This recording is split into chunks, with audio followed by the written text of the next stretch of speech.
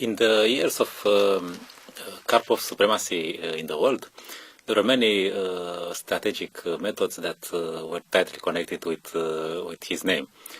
And some of his fellow grandmasters, fellow world champions, apparently did not feel quite all right with this attitude.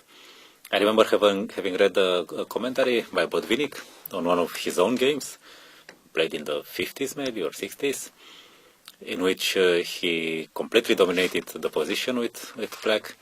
And Botvinnik stated something like, this is a clear proof that the method of domination was not invented by Anatoly Evgenievich Karpov. Of course, it was a lot of irony in this comment, and but one thing is clear. Of course, Karpov did play some great chess, but of course he had also learned certain things from the previous world champions and great players.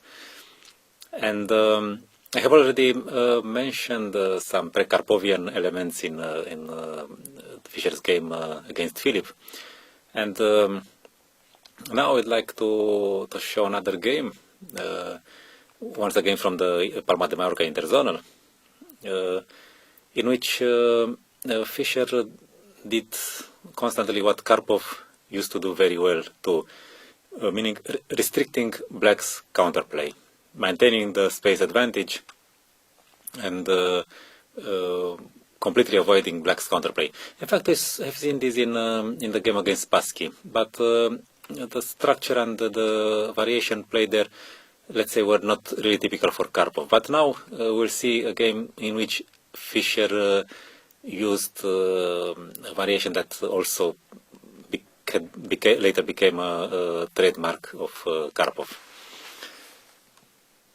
So he played Taimanov. He played against Taimanov, who used this so-called Paulson-Taimanov variation, which bears his name, knight b5, d6. Now in the match that in which he crushed Taimanov just 1 year later, Fischer usually played bishop f4, e5, bishop e3. This is actually a Sveshnikov with the next tempo for black, but by those times the Sveshnikov was not even named like this. It was named Pelican, and it was considered a dubious opening. But in this game, in Palma de Mallorca, Fischer, maybe he didn't want to reveal his secret analysis, and he played c4, which is very much what Karpov used to do. Knight f6, bishop e2. Okay, the move order is slightly unusual. Usually the knights get these squares in another move order, but okay, it's transposing. Okay, so this is a normal tabia. The bishop b7 is the normal move here, but Taimanov was also an original player, and he played bishop d7, not really analyzed in theory too much. The plan is to prepare b5, because with the knights on a3 and c3, it seems hard to prepare this freeing move. But at the same time, with the bishop on d5, black has such a plan: queen b8, rook a7, rook a7, rook b7, and finally b5. Okay, and knight e5, of course, on the way. And then the bishop would be very, very useful on d7.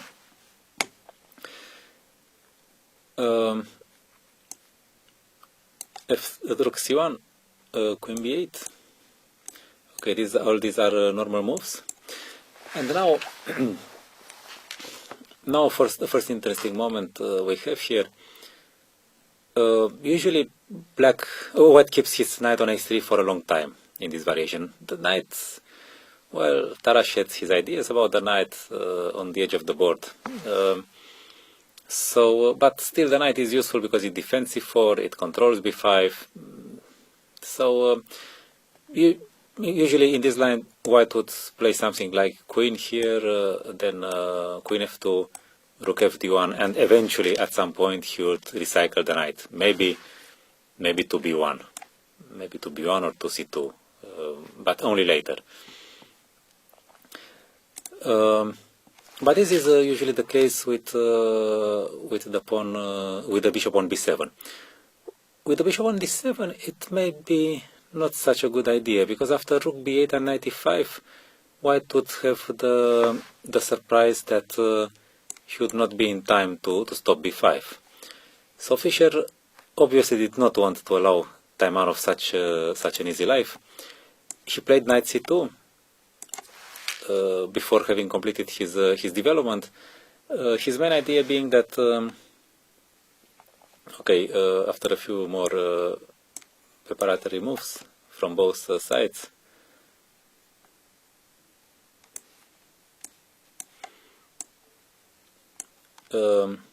his main idea was that he can stop b5 physically with a4. It is also true that a4 is a double-edged move. It prevents the counterplay, but at the same time it puts another pawn on a light square, and it allows black to play for a blockade on dark squares. Many years later, Taimanov published a small book which is titled something like "I Was Fischer's Victim," and he mainly analyzes the match in which he was destroyed with 6-0, but he also analyzes this game. And his comments are not bad, are quite instructive, but I cannot help thinking what Botvinnik once wrote about Taimanov. He said that Taimanov is very talented, he understands chess very well, but he has one major drawback, keeping him away from becoming an even stronger player. He does not have doubts, he does not like to have doubts on the way of searching the truth. So if he would see something glittering, he would immediately think that it's gold. So this makes that Taimanov was kind of original and optimistic player, but not all his comments and evaluations are accurate. For instance, he already considers that black has a great position, which is not really true. After all, he's still defending on 3 rows, with the exception of the a5 pawn. And then we have this weakness on b4, but there is also this weakness on b5. It's not very obvious how white can get there, but we'll see that Fischer eventually got there. So it means that Fischer's strategical vision was quite long-sighted. He knew that there was a chance that at some point a rook got there. Okay, I will give you a hint. It's not very obvious by now, but a white rook got on b5 with decisive effect already. For the time being, he exchanged this knight, which has lost a lot of time already. And now the first critical moment arrives. Obviously, black wants to play knight c5 at some point to block the queens, and then even start putting some pressure on the b3 and a4 pawns. Queen g3 is a normal move. It more or less forces bishop f6, but bishop f6 made part of black's plan anyway, because he wants to exchange the dark square bishops. And again, it seems that black has achieved many strategic goals. This blockade on dark squares seems to be in sight already. But there is a problem. He still has to cross the d7 square, the d file, with his knight in order to get to c5 and to get an active position. And this means that white can try to prevent it by placing a rook on d1. Actually, there is some criticism I would make here on Fischer's last move. Fischer, like Smyslov, even though he did not express it clearly, liked harmony in the position. And of course, I suppose he did not doubt too much which rook really belongs to d1, because the c1 rook was developed already, and then he thought, okay, the rook's in the center. But the problem is the the next part of the game will reveal that rook c d1 would be stronger, because with the rook on f1, f4 would become much stronger. Let's just make the same moves as in the game without explaining anything. And now we see that already there are some strong threats. Rook takes f6 is a threat, followed by knight d5. And if g5, then simply queen takes h4. This check. It is better to force the king occupy an unfavorable square.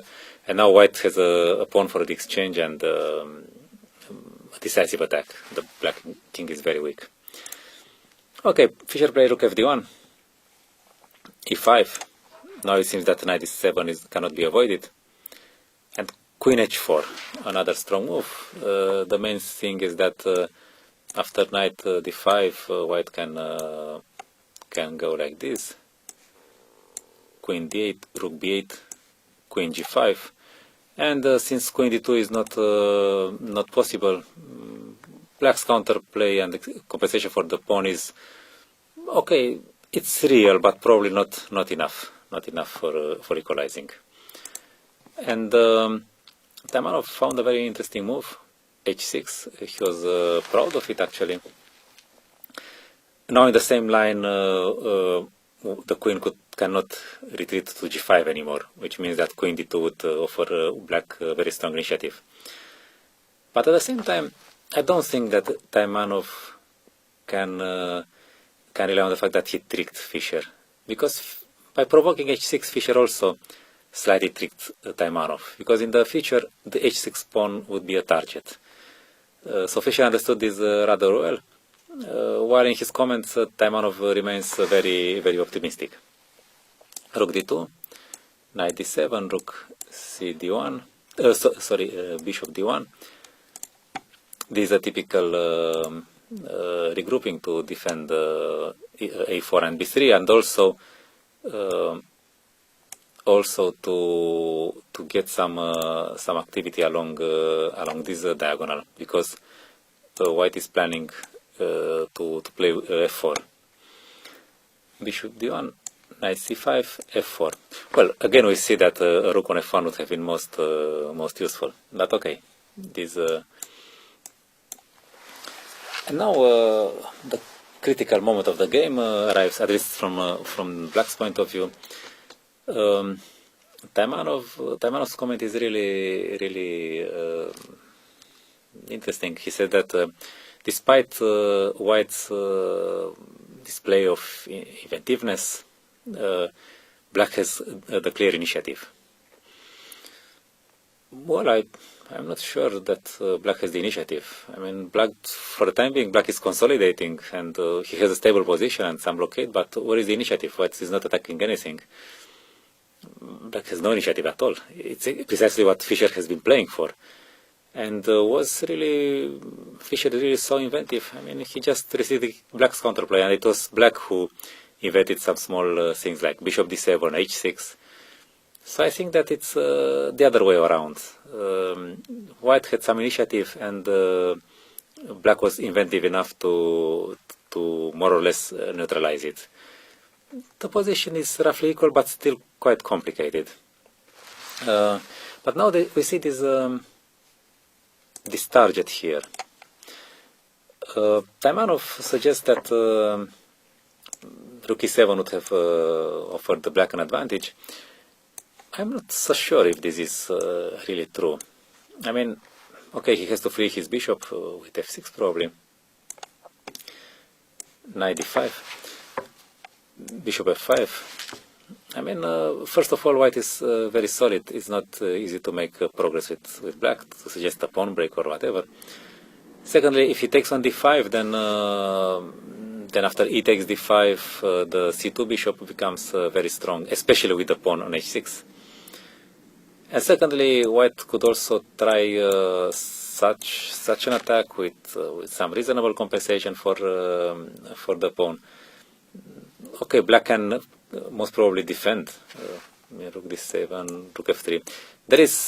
There are some dangers, but okay, over the board, it's not easy to understand whether this is a real attack or not. It's probably just some reasonable compensation for white, but not more. In any case, probably feeling that his king side needs some defense, time on of plate, knight e6, which is a major inaccuracy indeed, because the knight belongs on a dark square. So starting with this point, actually, Fischer gets the initiative more and more. King h1, bishop c6, rook c3. Finally, the rooks are activated in a very nice way. The problem is that black cannot play this because he would lose the knight. So because the last move had just unpinned the rook. So he went knight g5. But okay, already the knight is on a seemingly active square, but very far from the blocking squares. I mean, the threat against e4 is not something so terrible. So little by little, actually, black is driven away from what is his main plan. And now, okay, he decided to eliminate this knight, which was quite annoying. Rook takes d5. Queen c7. Now we can understand that somehow one of the merits of provoking a6, a5 has been revealed. The rook has free access to b5, which is something Fischer might have foreseen somehow intuitively. I don't claim that he saw this position, but he probably thought that there would be one day a rook on b5. For the time being, he activates his bishop with e5 and removes one more important defender of the c5 square. Now the blockade becomes a little bit problematic with the knight so far away. It's also now black has to avoid some simple tricks such as mate on the back rank. Rook db8 was played. It aimed to be a consolidating move, but it's actually, it can be considered a decisive mistake already. The problem is that he should have brought the knight closer to the c5 square, and even though white's position looks promising after this sequence, okay, for the moment the knight cannot get to c5, but black can hang on this position somehow. He's in some danger. His king is weak. h5 in the air. The rook may come to g3. But okay, he still keeps some stability. After rook db8, bishop f5, quite a strong move. Now the knight's access to e6 is denied. So now he can forget about blockading ideas. g6, h4, a strong intermediate move. Now the knight gets even farther from the thematic strategic fight.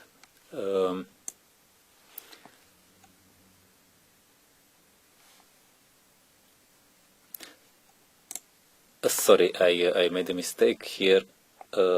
Here he played first in